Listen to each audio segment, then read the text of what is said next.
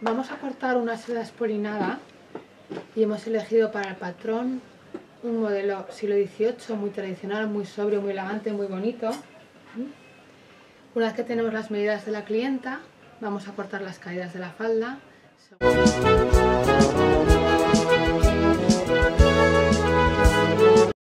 Elegimos el ramo central para el delantero del corpiño. En este caso es este ramo.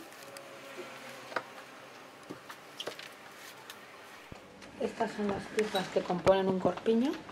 El siguiente paso en el proceso es ir bordeando las piezas con alfileres para cortarlas y después encararlas perfectamente una con otras.